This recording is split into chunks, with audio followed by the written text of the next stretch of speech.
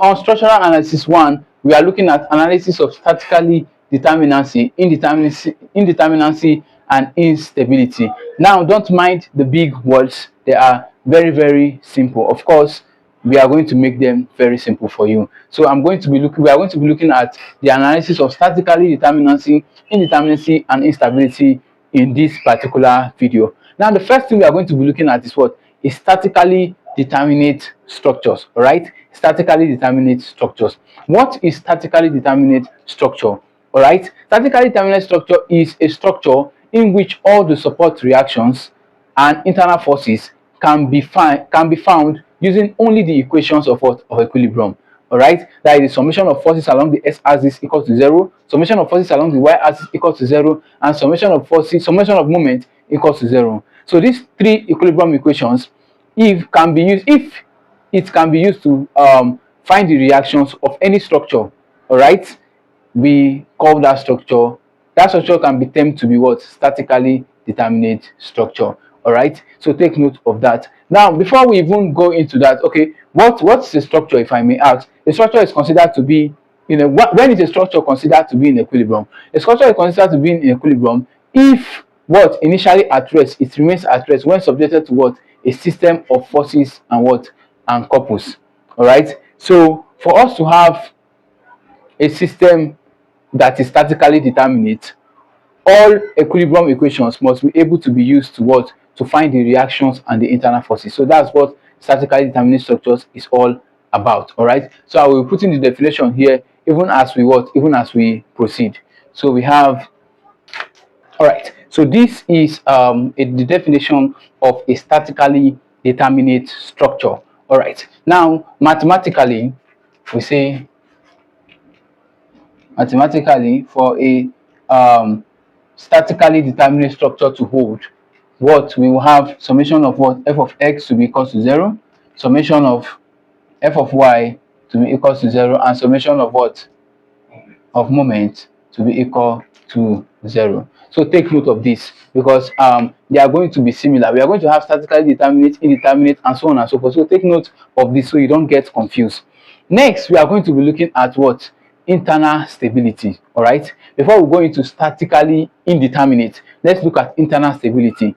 Now, a structure is considered to be what? Internally stable if what? If the materials, all right, and shape remains, if the structure actually remains a rigid body when what? When detached from its support. All right, so a structure is internally stable if it maintains its shape and remains a rigid body when detached from its support. All right, now a structure is also termed, that is conversely, now a structure is also termed internally unstable when it cannot maintain its shape when detached from its support. All right, so take note of internal stability and what? And instability. All right, take note of those two terms. Now, away from that, we are also going to be looking at some examples of internal stable structures and examples of what? Internally unstable what? Structures. So take note of that. So I will put down the definitions, and I will also give you the diagrammatically examples. So take note of that.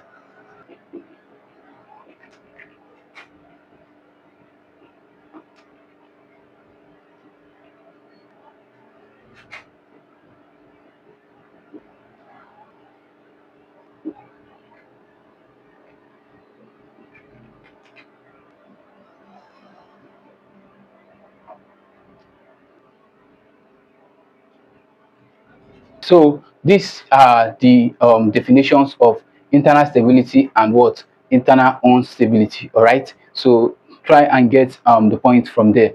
Also, just to add before I proceed, we have a material on all of these available.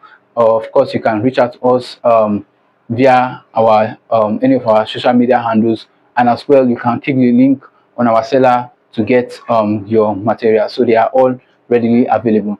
Now we are going to be looking at some examples of what? Internally stable structures. All right, so I'm going to be drawing some examples of internally stable structures so you get to know the difference grammatically. All right, so the first one is this. So these are the diagrammatic examples of what? Internally stable structures and externally um, and internally unstable structures. All right, so from here you can see that these structures are complete. That's just the word to use. They are complete in terms of there is no joint between them. But take a look at the internally unstable structures. You can see that this two is joint. If the support here is removed, this structure will be unstable.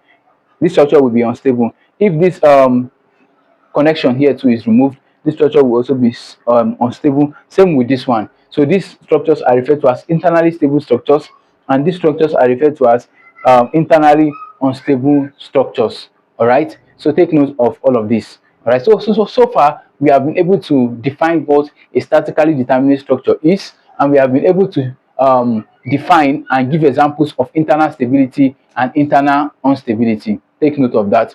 Next, we are going to be looking at what static determinacy of internally stable structures and static indeterminacy of what internally stable structures. So take note, those are the two things we are going to be looking at next. We're going to look at them and also consider their examples and what their diagrams. All right, so take note of that. So first, let's look at static determinacy of internally stable structures.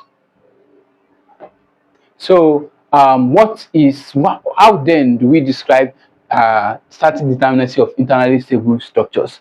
Now, an internally stable structure is considered to be what? Statically determinate internally if all the support reactions can be determined or can be calculated using the equations of equilibrium.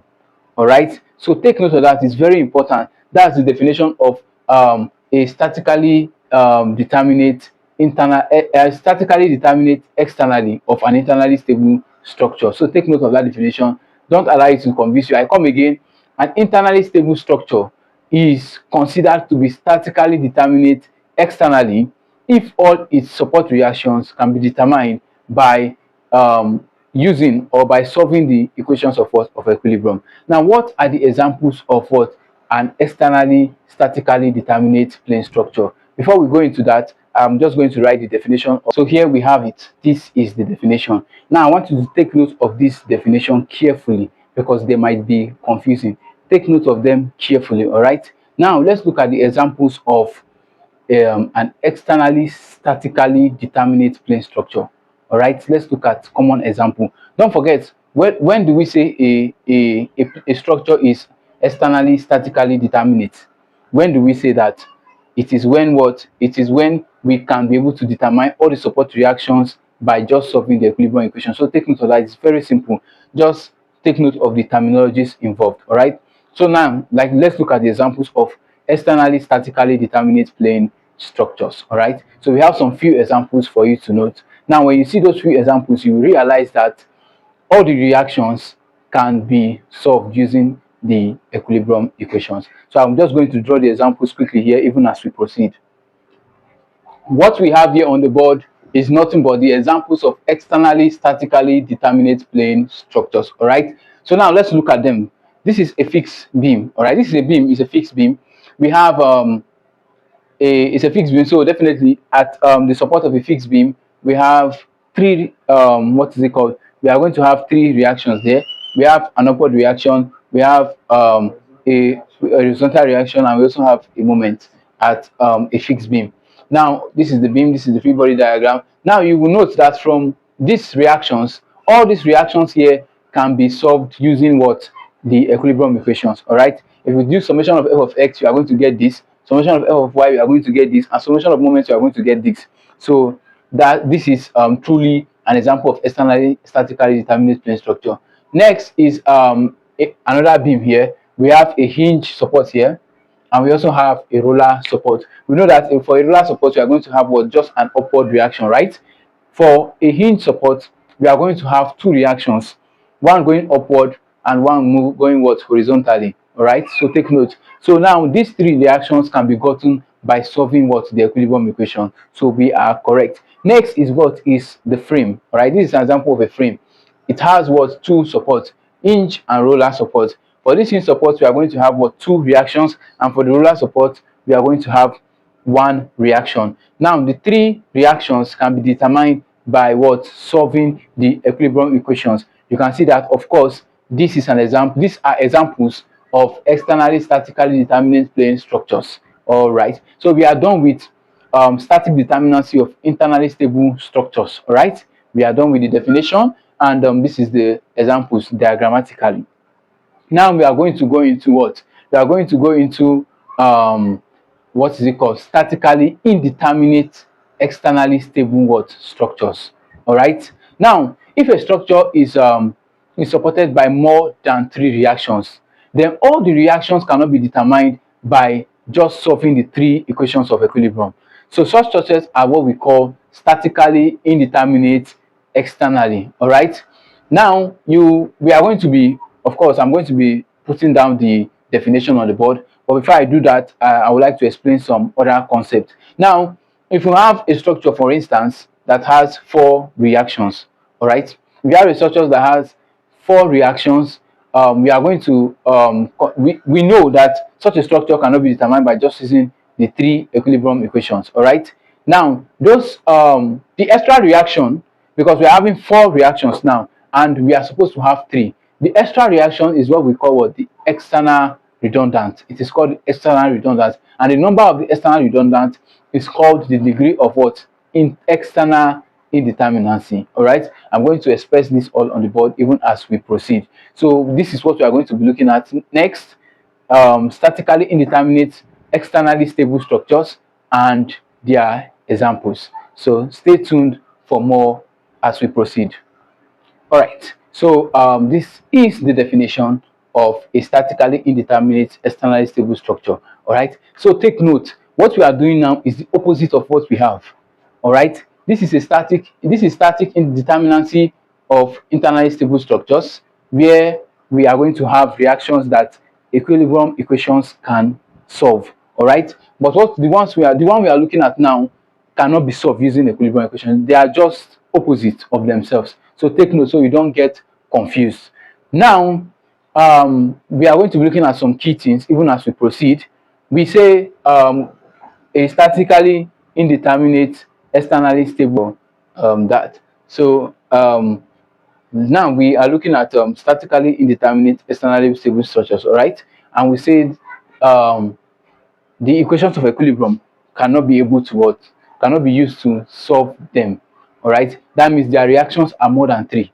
So if their reactions are more than three, the fourth reaction, that's the reaction that the fourth reaction or whatever reaction that makes it more than three, those reactions are called external redundant. All right, so we are supposed to have three reactions, right? And we have four. What it means is that that extra reaction is called what? External redundant. So the extra reactions can be one, it can be two, it can be three, whatever be the number, it is called external redundant. And the number of the external redundant itself is called the degree of external indeterminacy. So take note of that. All right. So if we have a structure, let's say we have a structure where we have reactions, we have R is greater than 3. Of course, R is greater than 3 suits this case we are looking at, because here our reactions will be more than 3. So if you have a structure R greater than 3, it then means that the degree of external indeterminacy is what? Will be R minus 3. If we want to get the degree of external indeterminacy, that is I subscript E is the degree of external indeterminacy. So if we want to get it, it will be R minus what? Minus 3. So let's take, for instance, we have a structure under statically indeterminate externally stable structure where the number of reactions is what? Is 5.